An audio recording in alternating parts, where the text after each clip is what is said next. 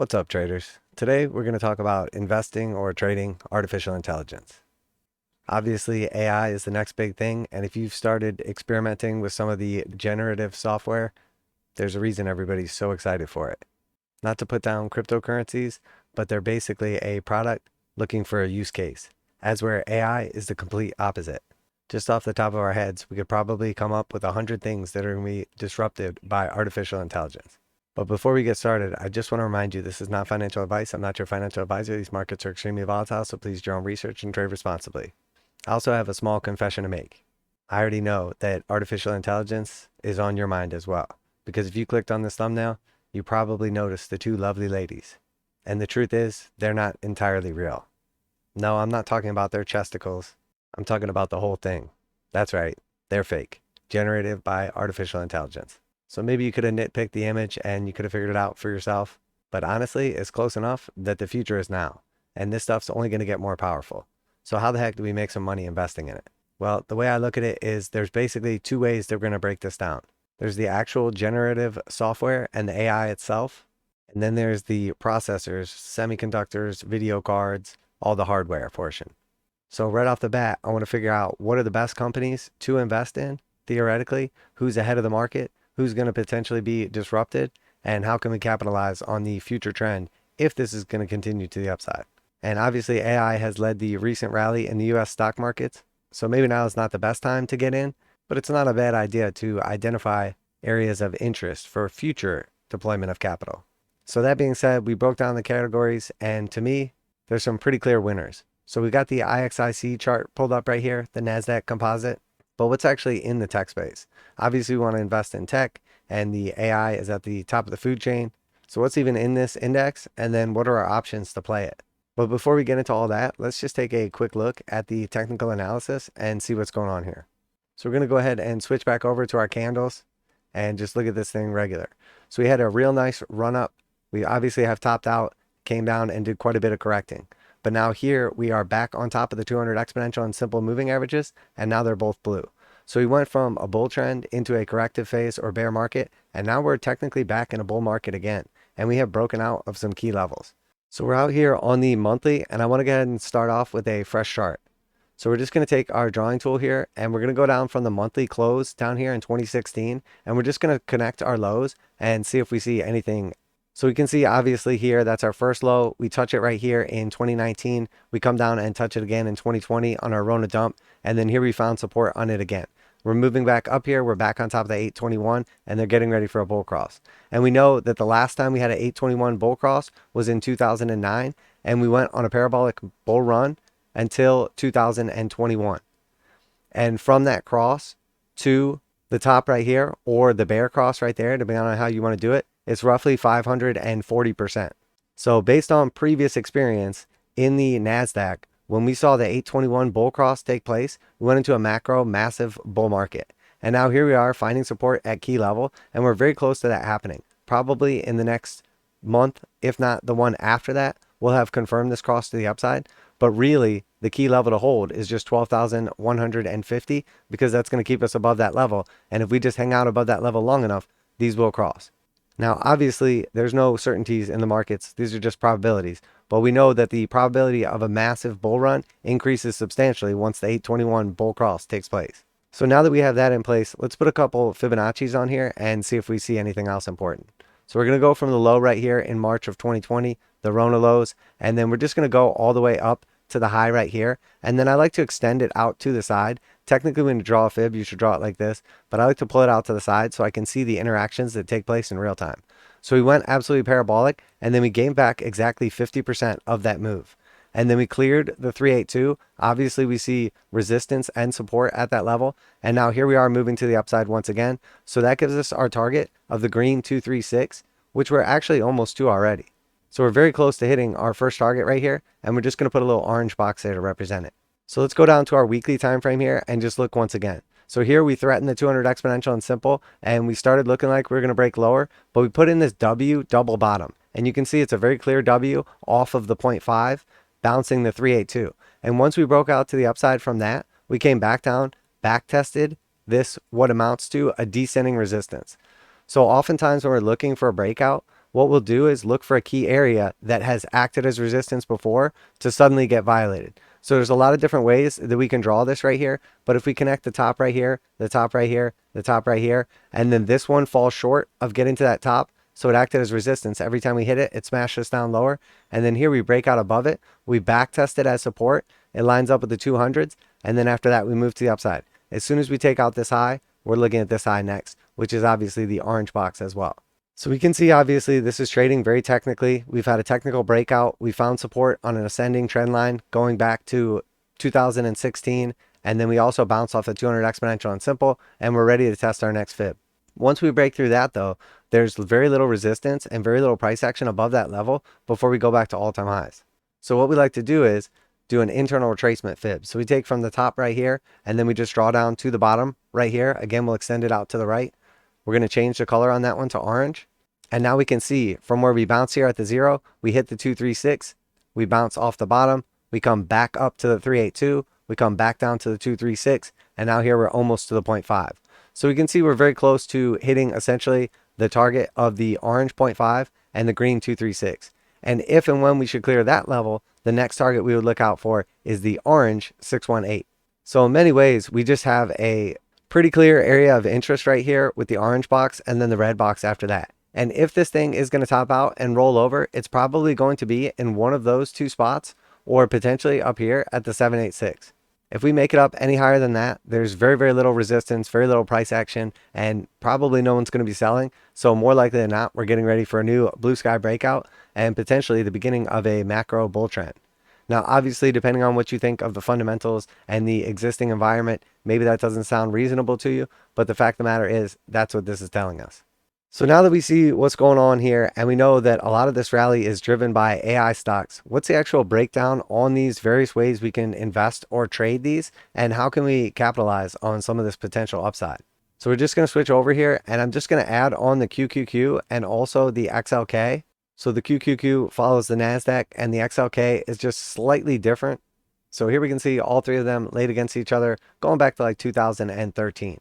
So we have in orange, the NASDAQ Composite Index. We have in white, the triple Qs. And then we have in blue, the XLK. And depending on what period you're starting from, for these to line up like this, we just switch to the percentage tool. So say one of them you were going to invest $50 in, but the other one costs $300. Put all that to the side, and we're just looking at the percentage. So assuming you put an equal amount in each one of them, this is how it would play out percentage-wise. So we can see that both of these substantially outperform the actual index. So here was 296%, 396%, and 426%. So if we just move the Rona dump right here, March of 2020, all the way to the end, that's what it's going to be measuring the percentage gains from. So in that time, from the absolute bottom, we saw they tracked pretty closely on the way up. There was a couple times where the actual NASDAQ outperformed, and then in the actual peak, we saw the XLK a little higher. And then the XLK actually was holding up better on the way down. And then we see that from once they bottomed, the XLK didn't go down nearly as much, and since then has performed substantially better. So we can see the Qs are actually outperforming the NASDAQ, but the XLK is just bursting to the upside and is much, much closer back to the previous all-time highs. So if you look at from those levels, it's 77%, 89%, and 110%. And here we do the same thing, but we're just going to line up the all-time highs and we'll see how far down they are. So we can see that the actual NASDAQ is down 19%, the triple Q is down 15%, and the XLK is only down 8.89%. So we can see with this direct comparison that the top performer was obviously the XLK, and that's been consistently the case over time, followed by the QQQ and then the actual NASDAQ itself. But what is causing this difference, and does that mean that we want to be in whatever's performing the best, or is that getting ready to change suddenly? Well, we don't really know, but we can at least figure out why they're different. All right, so here we have the triple Qs on the left here, and we have the XLK on the right. And we're just going to kind of compare what is in those. So we can see it's basically showing like the top 20 or 25 holdings, and the weight is just what percentage of that index is in that specific stock. So we can see Microsoft is the top holding here with 13.3%. And then here we can see Microsoft with 24.7%. So 1/4 of the XLK is in Microsoft. And then we see actually right underneath Apple at 23.86%. So again, 1/4 of the XLK is in Apple. So if you invest in the XLK, thinking that you're getting into a diversified tech sector ETF or something along those lines, just understand that 50% of your investment is right off the top, just Microsoft and Apple. Now here we can see it's still a large percentage with 13.3% and then Apple at 12.6%. But if you add those two up, they're only 25% total. So what is the extra 25% that is ate up in Microsoft and Apple here going into over here? And do these actually capitalize on the AI stocks that we're interested in? Or is this just broad general tech? So NVIDIA was definitely a very important one, 4.7% in XLK, 5.2 in the triple Qs. And then we see Amazon. I honestly think Amazon will probably benefit from AI. I'm not sure exactly how in the future, but definitely not a bad thing to be owning. I can see the appeal for Meta. Obviously, you guys know I'm not a big fan of Meta in particular, but it is in a lot of these and has been performing extremely well off of the lows. So 4% right there. And then we see actually Alphabet. This is Class A and Class C shares, Google and Goog. And if we total those up, you can see this actually has about 7.5% in Google. So if we just move that back up here, our Microsoft Corp is 13.5%. The Apple is 12.6%. And then next we have Google at about 7.5%. And then we have Amazon in there as well. We have NVIDIA. And then we kind of get down into some of these other ones. Now, I think Tesla will be a strong beneficiary of artificial intelligence. So, of course, having 3% in that seems like a good idea. And if we start looking at some of these other ones as well, we'll see ones like AMD in the semiconductor space, Cisco Systems, etc.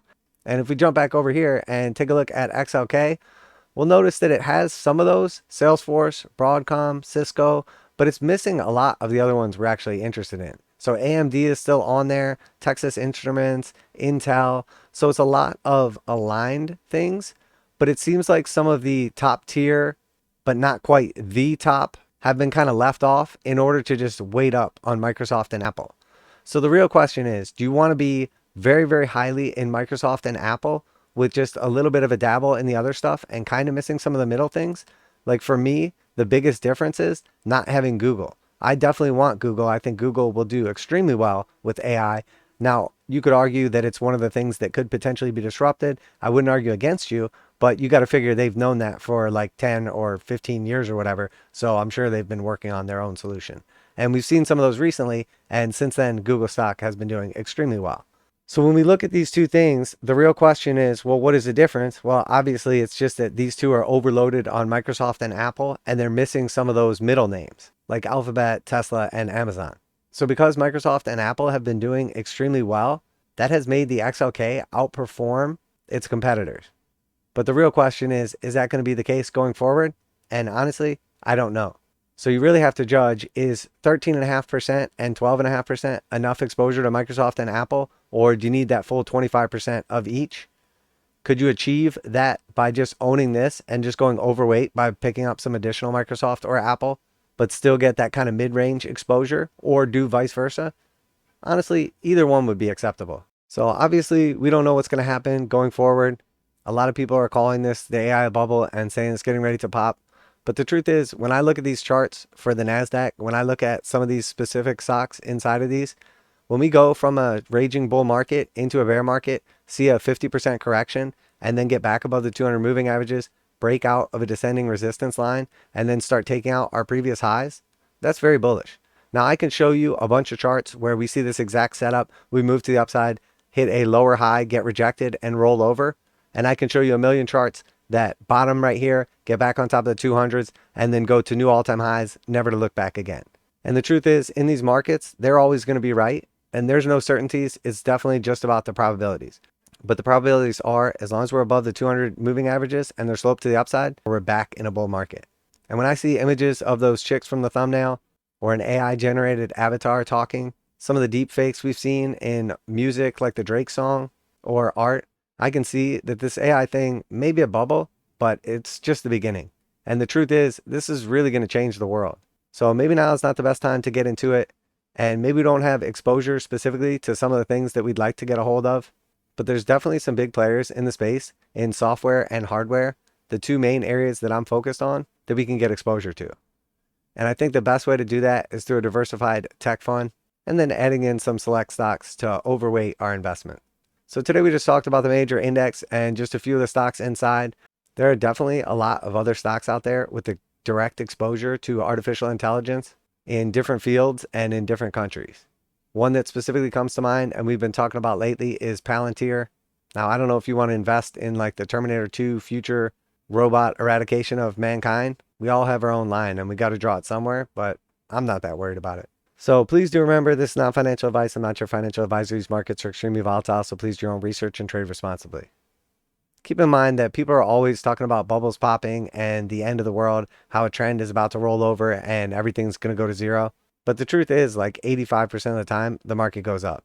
And if you're not sure exactly which stocks to pick, a major index like the NASDAQ is a great way to let somebody else do all the hard work and you get to share in the gains. So yeah, I just want to talk a little bit more about AI. It's been a few months since we talked about it, and obviously I was very bullish on it before and was talking about how this AI bubble is nowhere near the top. As a matter of fact, I think it's just getting started.